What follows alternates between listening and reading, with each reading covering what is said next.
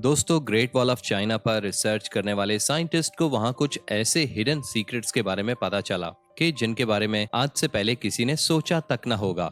Researchers को इस wall के पास मट्टी में कुछ ऐसे लकड़ी के टुकड़े मिले जिन पर चाइनीज लैंग्वेज में कुछ लिखा हुआ था। इसी के साथ हैरान कर देने वाली बात ये भी थी कि ये लकड़ी के टुकड़े 2000 साल पुराने थे। इसके अलावा जब ट्रांसलेटर से इस लैंग्वेज को ट्रांसलेट करवाया गया तो इन लकड़ियों पर जो लिखा था इसने तमाम रिसर्चर्स को हैरान कर दिया था।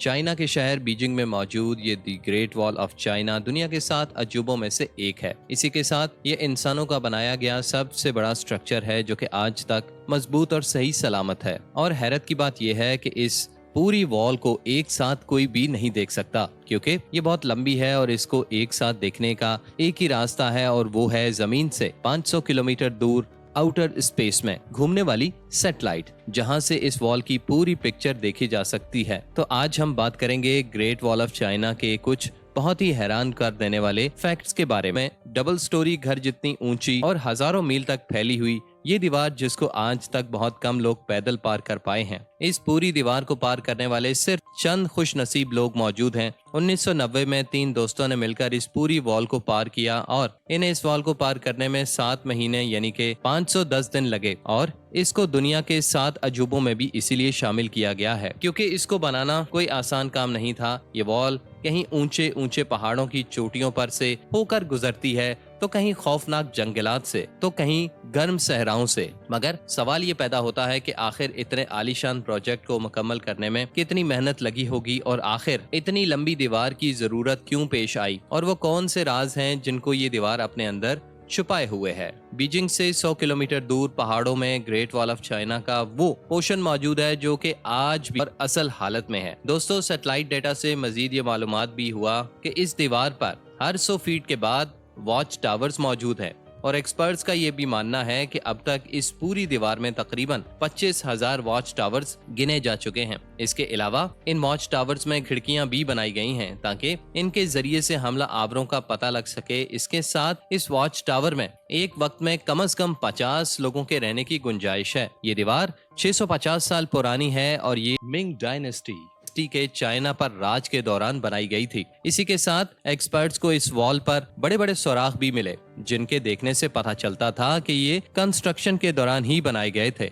मगर सवाल ये पैदा होता है कि आखिर ये सुराख वहां क्यों बनाए गए थे। एक्सपर्ट्स का मानना था कि इन सुराखों को हमले के दौरान इस्तेमाल किया जाता था। जंग के दौरान सिपाही इनके जरिए से बड़े बड़े फायरबॉल्स हमला आवरों पर फेंकते थे जिससे दुश्मनों के हौसले पस्त हो जाते थे। इससे ये बात भी साबित होती है कि ये वॉल सिर्फ एक दीवार नहीं बल्कि इस वक्त का पूरा डिफेंस सिस्टम हुआ करती थी। मगर अब सवाल ये पैदा होता था कि आखिर वो दुश्मन कौन था जिससे चाइनीज लोगों को इतना खतरा था कि इससे हिफाजत के लिए इतनी बड़ी दीवार तामीर की गई। तो सैटेलाइट डेटा से मालूम हुआ कि इस दीवार के नॉर्थ साइड पर घने जंगलात हैं जहां इस दौर में मंगोल रहा करते थे जो कि आए दिन चाइना में आकर लूट मार करके चले जाते थे और यहाँ कई बस्तियों में आग लगा देते थे। चाइना के लोग जब इस सब से बहुत परेशान हो गए तो मिंग्स ने यहाँ पर ये दीवार खड़ी कर दी ताकि मंगोल इन पर हमला न कर सके। इसके साथ एक्सपर्ट्स ने ड्रोन की मदद से जब इस पूरी वॉल को कैप्चर किया तो इन्हें इस दीवार में मौजूद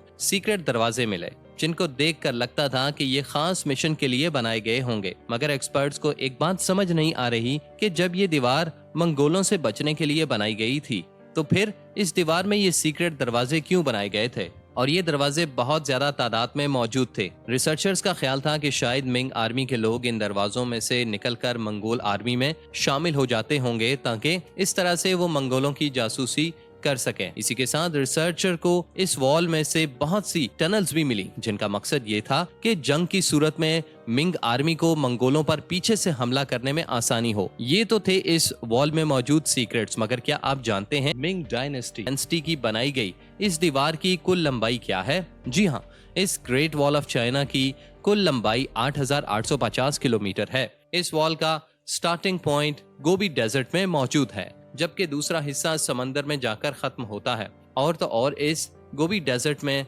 सबसे बड़ा वॉच टावर मौजूद है जिसके बारे में एक्सपर्ट्स का मानना है कि ये वॉच टावर ही शायद मिंग आर्मी का हेडक्वार्टर हुआ करता था। लेकिन बात यहीं खत्म नहीं होती। रिसर्चर्स के लिए एक और चैलेंज सामने आ गया। सैटेलाइट इमेजेस के मुताबिक इस गोबी डेजर्ट से आगे भी एक टूटी फूटी दीवार मौजूद थी जो कि 250 किलोमीटर लंबी है और ये दीवार मिंग डेंसिटी से भी पहले की है। जब इस दीवार का करीब से मुआयना किया गया तो एक आर्कियोलॉजिस्ट को इसके करीब से काफी पुराने एरो हेड्स मिले, जिनकी कार्बन डेटिंग करने पर पता चला कि ये एरो हेड्स 2200 साल पुराने हैं, यानी कि मिंग डेंसिटी से भी 1500 साल पुराने थे। इस पुरानी वॉल के साथ टूटी फूटी मट्टी की पहाड़ियों के कुछ पिक्चर्स भी दिखाई दिए, जिनका मकसद क्या था ये किसी को भी समझ नहीं आ रहा था। मगर अब रिसर्चर्स को जो चीज मिली थी इसने तमाम मुश्किलात को दूर कर दिया था। ये थी लकड़ी के स्ट्रिप्स जिन पर चाइनीज लैंग्वेज में कुछ लिखा हुआ था। जब ट्रांसलेटर से ये पढ़ाया गया तो मालूम हुआ कि ये लकड़ी के टुकड़े किसी मिलिट्री कमांडर के थे, जिन पर लिखा हुआ था कि जब हेन्स आए तो सारे वॉच टावर्स पर